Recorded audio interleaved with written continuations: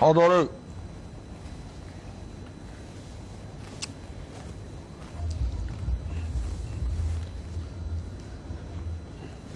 ما تسوي انت؟ لله الحمد خالد، الحمد لله رب العالمين. يعني اليوم كل الوطن العربي والاسلامي يدعي ان اليابان يتاهل مع اي فريق، بس اهم شيء خروج المانيا لله الحمد، وخرج الفريق الالماني. ويعني البطوله هذه لله الحمد كلها قاعد تكسر ارقام، ان خروج الالماني خرج مرتين ورا بعض، والمغرب يتصدر البطوله ثالث مره، والبطولات اللي قاعد تصير لله الحمد، والارقام اللي قاعد تكسر والاهداف. الحمد لله ان خروج اليوم المنتخب الالماني هذه فرحه لنا. تفكيرهم كانوا الاساسي انه يجون يخربون البطوله، لله الحمد خرجوا من اول شيء. فطريقه كويتيه قديمه تصلح عليهم، تطلق عليهم اسمها شيلي يقشش شيلي يقشش طريقه عن بيتنا حق الالمان. اتمنى نركبها عليها اي والله. فلو انتم حافظينها كان غنيتها انا وانتم تردون وراي. لا بس والله شيلي يقشش طلعوا عن بيتنا لساكم طويل منا لساكم. اي والله يعني جايين يخربون، مو جايين يلعبون كره قدم، ولله الحمد. يعني هذا دعاء الوالدين ودعاء للوطن العربي كله والاسلامي انهم يطلعوا من البطوله لله الحمد. ويلا الحين خلهم على كيفهم، خلي يسوون شيء في دوراتهم. يعني انا حتى اليوم شفت جزء من مقابله اعتقد وزيره الداخليه اللي جت اللي لبست هذا اليوم هم شفته. يعني اعتقد موضوع الرياضه يبتعد عن كل المواضيع السياسيه والمواضيع الاعلانيه والدعائيه، لان تعرف هي بطوله طبعا تنظمها البلد، واي بلد له تقاليده وعاداته. ايضا الفيفا لها نظامها وتقاليده.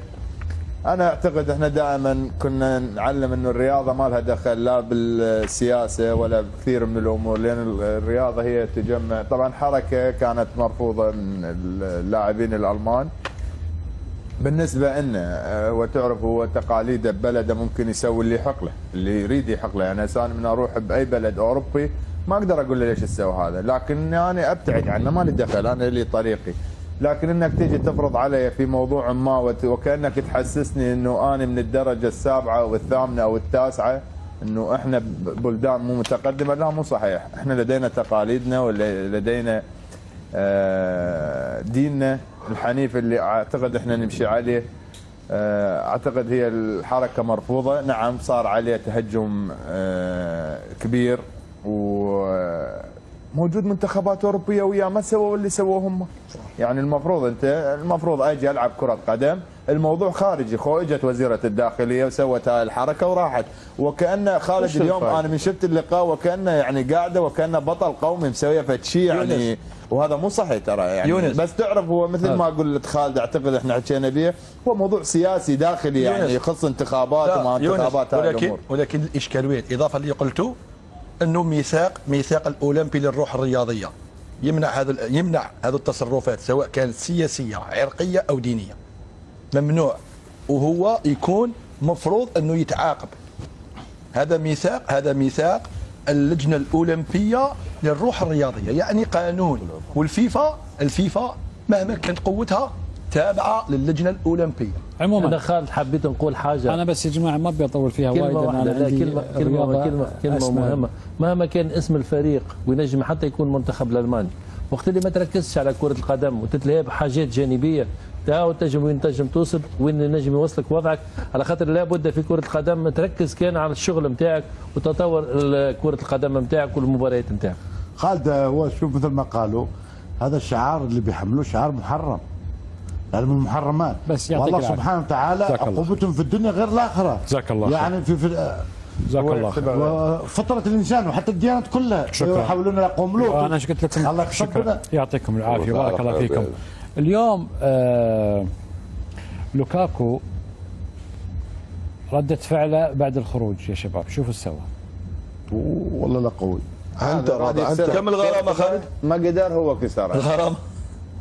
يعني بعد خروج تعرف هو يعني فوق انه طالع من البطوله وخسران وحالته. لا بالعكس، حط تحت اسمه وخلوا مثل عندك اسمه زيدان لما كسر صار مزاق. يبقى زيدان خلينا نطور شوي، هذا تطور. زيدان حطوا لوكا فتره لا يعني بس هذا بس هذا مو زيدان خالد. بس اسمح لي، بعد هو ثلاثه بالمنطقه ما يعرفوه. اقول لك كذا يعني بعد كل واحد تفكير لازم يكون عندك روح رياضيه، مختلفه. لازم يكون عندك روح رياضيه وتقبل للخساره وتقبل الفوز. مثل ما تفوز بس تقبل الفوز تقبل الخساره. بس على فكره ممكن اقول كلمتين صغار. ترى منتخب بلجيكا وحسب تصريحاتهم هم يا عصام عندهم مشاكل بينهم وبعض داخليه، اصلا متخانقين في غرفه الملابس، وهذا ما هو الا رده فعل، مش قصه بس نتيجه مباراه، حتى للخلافات اللي بينهم على فكره يعني. طيب كان كورتوا عملها قبل المباراه السابقه. كورتوا المره اللي طافت عرفناها على الهواء. الظاهر قال له ما قدرت قويه، هذا قال له عندي انا اعوضك. لوكاكو كان عاوز يلعب المباراه، ادخلوا حتى الشوط الثاني، وبالتالي هذه ردة فعل. اسمح لي اوكي، هذه ردة فعل ضد المدرب. ولوكاكو عنده ثقافتنا، عايش مع المغاربه في بروكسل. لوكاكو كعربي، لوكاكو ما اعرفه شخصيا والله لكن العرب هم اللي عكروا مزاجهم. السعوديه اول فوز اعطى، حتى اليابان قالوا اعطانا ثقه وغير معادله المونديال. المغرب صدر مجموعه وخلى هذول الاوروبيين يبكسوا زي ما بكسوا حد ثاني، بكس هذا زين ما صارت لنا مشكله. عموما العرب كانوا ابطال وعلى ارض عربيه، وقلنا تكلمت عربيه الله يخلي الدوحه والله العظيم الحمد لله. يعني احداث الناس كلها فرحانه ومرتاحين. مباريات بكره، لحظه قبل مباريات بكره في لقطه في الوسيل اليوم جدا جميله، وصوره معبره على احد الابراج هناك، وصوره بيليه جتولسون، نتمنى له الشفاء ولاف بيليه. طبعا يعني ما في بطوله كاس عالم تمر علينا الا ونجيب طاري بيليه بصمه بطوله كاس العالم كلها بدون استثناء. فبيليه يعني من الشخصيات اللي احنا حتى افتقدناها حاليا في كاس العالم. البصمه بتاعتي في قطر زي البصمه بتاعته. شفت وير يعني كاس العالم، يعني حالته حرجه على فكره حاليا في الوقت الراهن. هذا ليش بيليه بالذات بصمه العالم؟ لانه رئيس الاتحاد الدولي كان برازيلي. بيليه مطيع قوانين الاتحاد، مارادونا بهدلوه مع الشعوب. هذا مطيع قوانين الاتحاد الفيفا. لا لا لا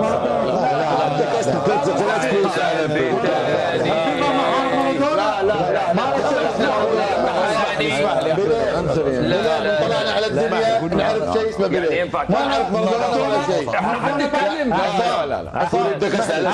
طلعنا على الدنيا، طلعنا على الدنيا احمد، حبينا الرياض ما نعرف الا بيليه. تحب الارجنتين وتحب مارادونا، ما كلنا نحب مارادونا. انا لا افهم علاش تخلي الناس كمان يعني في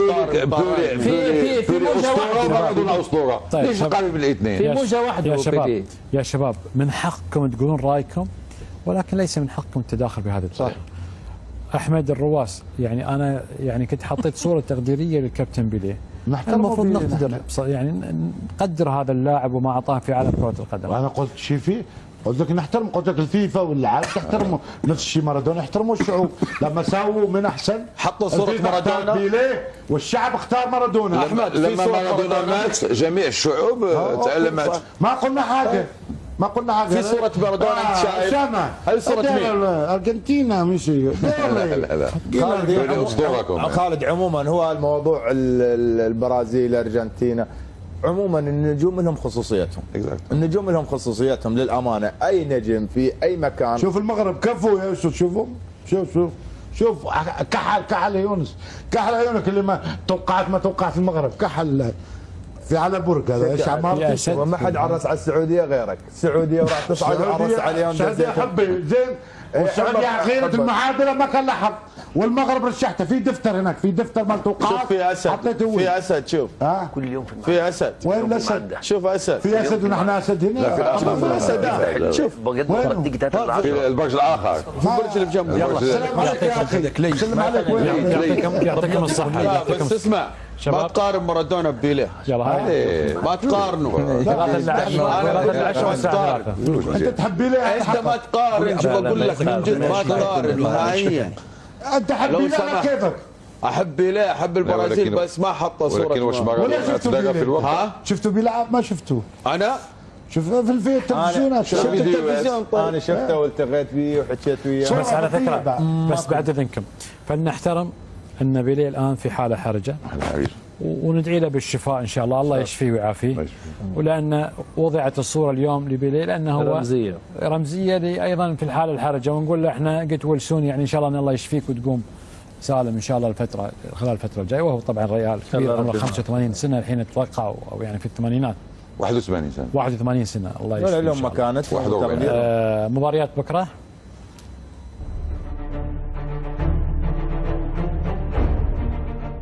مواجهة